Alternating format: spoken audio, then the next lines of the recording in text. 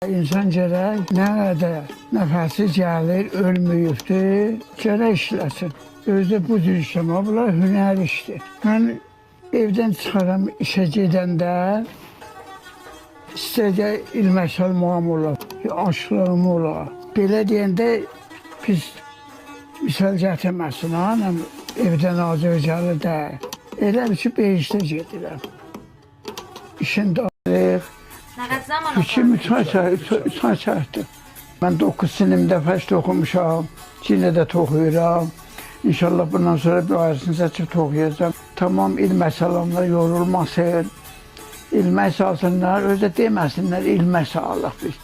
Desinlər biz hünər işi görürük. Fərs hünərdir. Hünərməndilərə ki, fərsi kəsək, inşallah bir ayrısını başlayaq.